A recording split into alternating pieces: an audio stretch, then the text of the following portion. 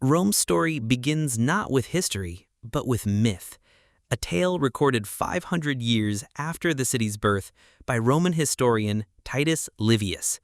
It starts near a sacred temple of the goddess Vesta, where a princess, Rhea Silvia, was forced to live as a virgin priestess. But the god of war, Mars, fell in love with her. Their secret meetings led to the birth of twin boys, Romulus and Remus. Fearing disgrace, the king ordered the infants drowned, but fate had other plans. The basket floated downriver and got caught in the bushes. A she-wolf discovered the babies and raised them as her own. As they grew, the twins explored the land east of the river Tiber. They chose to build a city, but couldn't agree where. In a tragic quarrel, Romulus killed his brother Remus. He founded a city on his chosen hill and named it Rome, after himself. Rome was built with purpose, and often with violence. Violence wasn't mindless, it was strategic. It built the city, it expanded the empire, and in the end, it also contributed to its downfall. Romulus wanted Rome to grow, but he needed people. He invited migrants, criminals, ex-soldiers, wanderers. But there was one problem. They were all men. Rome had no women and no future. Romulus devised a plan. He invited neighboring tribes, the Sabines and Latins, for a celebration. While the men partied, Roman warriors kidnapped their women. Months later, when the Sabine men attacked Rome, they were stopped by their own women, many now mothers. The women begged for peace, for the sake of their children.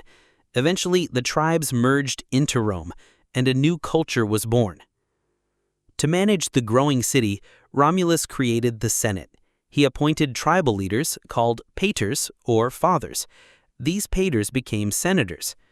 Over time, voting began, and early democracy took root. Different tribes brought their own gods and festivals. Rome didn't reject them, it embraced and merged them. The result? A vibrant, diverse culture unified under Roman identity. They even created a calendar, naming months after gods and festivals. Martius became March. Janus gave us January. February came from Febua, a purification festival. In just a century, Rome evolved from a myth into a mighty civilization. Its story is one of vision, violence, inclusion, and ultimate collapse. But what made Rome rise is also what made it fall. Its tolerance, its hunger for expansion, and its strategy of power, all these left lessons for the world. They say Rome was founded by Romulus, but he wasn't the only king. From Romulus onward, 7 kings ruled Rome, each one carving his name in blood and stone. Every time Rome expanded, by peace or by plunder, it was violence that paved the way. Violence wasn't just a tool, it became the Roman instinct. It ran in their veins like blood. Even Rome's first breath came at the cost of a brother's life. The cycle of betrayal didn't stop there. King Servius Tullius, Rome's 6th king, was brought down not by enemies, but by his own daughter, and her husband, and Tarquinius. As the Senate debated, Tarquinius shoved the old king down the steps. Broken and bleeding, Servius lay in the street, only to be crushed under his daughter's chariot wheels. They called that street Vicus Sceleratus, the cursed road.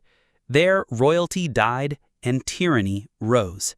Tarquinius, now king by force, terrified the Senate into submission. He ruled not by consent, but by fear, and with his reign began the darkest chapter of the Roman monarchy. To mark his rule, Tarquinius began ambitious projects, temples, forums, drainage systems. The Temple of Jupiter, largest in the world, the Cloaca Maxima, an underground sewer still functioning today. But these marvels came at a brutal cost. Heavy taxes crushed the citizens. Slaves, prisoners, and the poor dug through death to build a dream. No safety, no mercy, just blind ambition. Every stone in Rome echoed the screams of the forgotten.